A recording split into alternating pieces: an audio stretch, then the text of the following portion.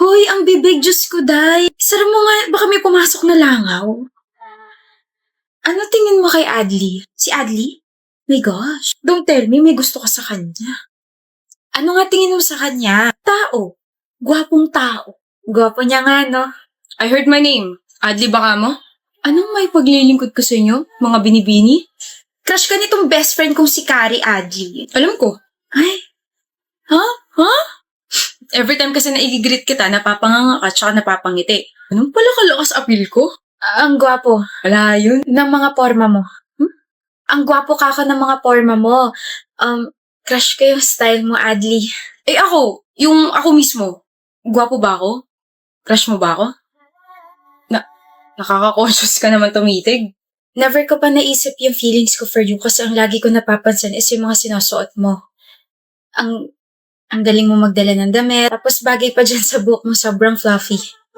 I mean, bukod doon, ang gwapo mo. Tapos ang lakas nga talaga ng appeal mo. Hindi ka lang din puro forma kasi matalino tsaka masipag ka. Di ba nasa dean's list ka? Nakakadagdag gwapings yun. Overall, gusto kita. Shucks. Sorry, nanghina yung tuhod ko. Pero, hindi mo naman kasi ako type. So, okay lang. I just expressed my feelings towards you.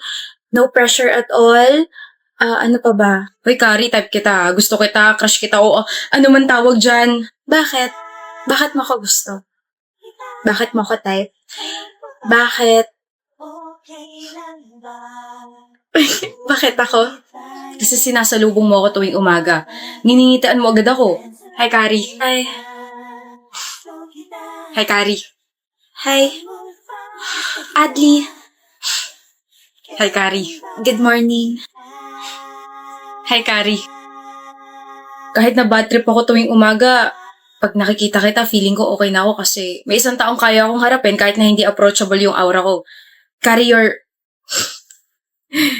literally a walking ray of sunshine. May na-discover akong bagong cafe malapit dito sa school. Date tayo mamaya. Wow! Pagkatapos ako gawing audience ng dalawa, iniwan lang ako rito. Hindi man lang ako inalok. Buhulin ko kaya yung dalawang yun. Nasaan na ba kasi yung akin? Hanap mo ako, Tina? Diyos, ang dami nang nawawalang mga tao ngayon. Lagi na tuloy ang pinapauwi agad ni Mama.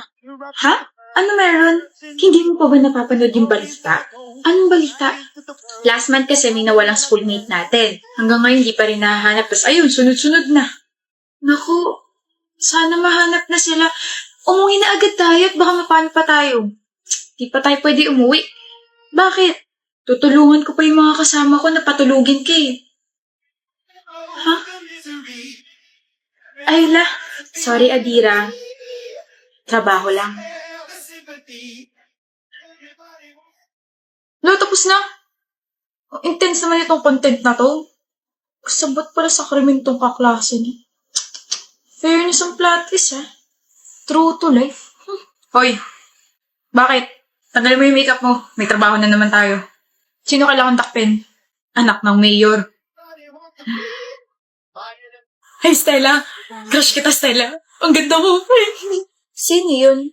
Si Prince. Mag-ingat ka doon kasi sabi malandi daw yun eh. Hi, Stella. Mas maganda ka pa sa umaga ko. Kulit mo talaga! Kukulitin kita hanggang sa magkagusto ka sa akin. High school pa lang tayo. Ano naman? E di mag-aantay ako.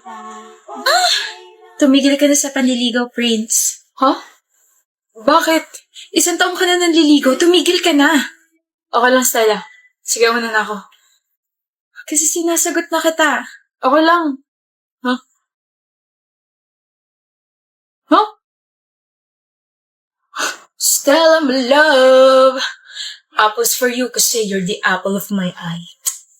Thank you, babe. Stella, my love. Happy graduation at saka happy 4th anniversary. Next year ako naman. Lintik kasi nabagsak yan eh. Sana nandiyan ka pa kasi pakakasalan pa kita. Thank you. Happy 4th anniversary din, babe. Nandito lang ako palagi. Pakakasalan kita ha. Oo. Hindi ko na kaya, Stella. Alam ko namang maganda trabaho mo, pero pagod na ako sa pressure na binibigay mo sa akin. Nag-a-apply naman ako sa mga kumpanya pero wala talaga eh. I'm trying. Then try harder. Isang taon ka na walang trabaho, Prince. Konting pasensya pa, Stella. Please, stay with me. Konting pasensya pa. Makakasalan pa kita. Ito na lang palagi yung pinag-aawayan natin. Ubus na yung pasensya ko. Sorry. Kasal ka na. Congrats. O, Panyo. Ba't ka umiiyak, mahal? I just can't believe na yung huling nagka-jowa sa aming magkakaibigan, siya pa unang kinasal. Masaya lang ako para sa kanya. Ikaw na next. Sa January, ikakasal na tayo, Stella. Thank you for not giving up on me. Thank you sa pasensya at pagtitiwala mo. Thank you dahil bumalik ka nung araw na yun. Prince. Stella. Bumalik ka, Stella. Hindi dapat kita tinalikuran. I'm sorry. Thank you. Pag-iigihan ko pa. Thank you. Nandito lang ako. Malalagpasan natin to. Na-promote ka na naman sa trabaho mo, ha? Ikaw rin naman, ha? Di ka rin nagpapatalo, eh. Ang layo na nang narating mo, Prince. I'm so proud of you. No, mahal. Ang layo na nang narating natin. Natin, Stella, ha? Natin. Kaya I'm so proud of us. Naiiyak na naman talaga ako. Darating girlfriend ko. Huwag sana kayo magulo. Finally. Hoy, Lloyd, huwag ka raw magulo. Sira ulo. Ikaw huwag magulo, Antonio. Guys, please. Oo na. Mababait naman talaga kami, sorry ni. Don't worry. I'm serious. Seryoso rin kami. I trust you both. Ngayon mo pala siya ipapakalala, di ba? Maganda ba? I stalked her yesterday. She's hella photogenic. Magpapanlin lang, pre. Maraming mala itsura sa pictures nila. Kala mo maganda pero bagsak pala. What? Wala. Antonio, why would you stalk her? Curiosity. She's here.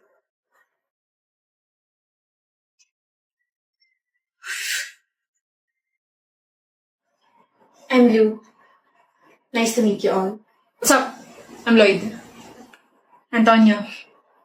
7 out of 10. 8 out of 10.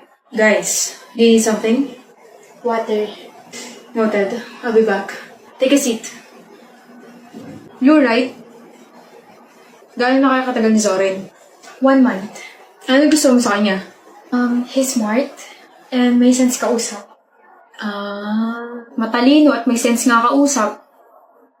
Pero alam mo bang hindi loyal yan? Kahapon nga lang may kasamang babae yun eh. Magka-holding hands pa sila. Sa aming tatlo si Zorin ang pinakamatinig sa chicks. Hindi kasi seryosoy nun. Maraming babae yun. Ang lukot-lukot siguro ng buhay niyo, ano? Ano? You're both shameless and disrespectful. Tama nga talaga na my boyfriend's friends will never be my friends. Seryoso mo naman masyado. Well, the fact that you rated me means pasok ako sa standards niyo. But too bad. Mas gwapo pa talampakan ng boyfriend ko kaysa sa inyo. Sabi mo?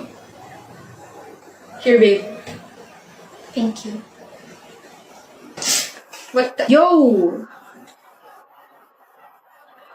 That's rude. Mas rude kayong dalawa. Aalis na ako, Zorin. Thank you for the warm welcome. Sama na ako. Really, Zorin? Iiwan mo kami? Yeah. Look. 1 taong mahigit ko siya niligawan. At ayoko mawala siya sa akin dahil sa inyo. Nakiusap ako sa inyo kanina, di ba? Alam ko mga siraulo kayo pero wala akong kaibigan na bastos. Yun lang.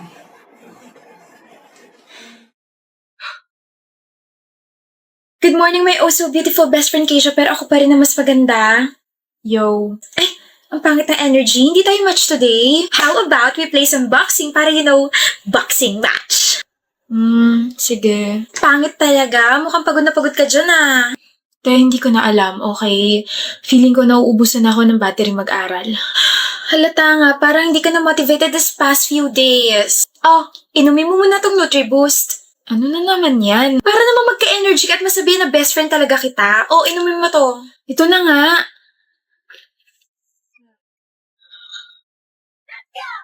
Our top 1 for this class is Keisha Diaz. Congratulations. Thank you po.